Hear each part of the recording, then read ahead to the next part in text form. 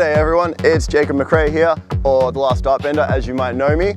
I am Australia's Rope Dart Academy instructor, and we're going to be filming some tutorials for rope dart.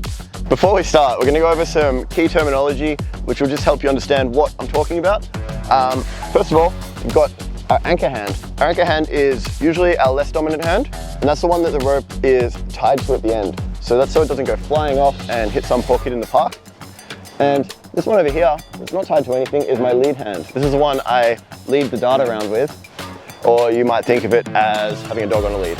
When we do this, usually we're going to be doing wheels going forward. That's a downward spin. So you see, dart's going downward, and if I'm in a car, the wheels are going forward, I'm driving forward.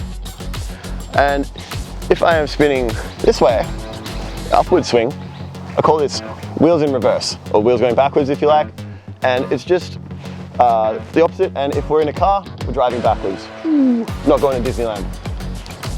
Now that we've got those keywords out of the way, we're going to get started.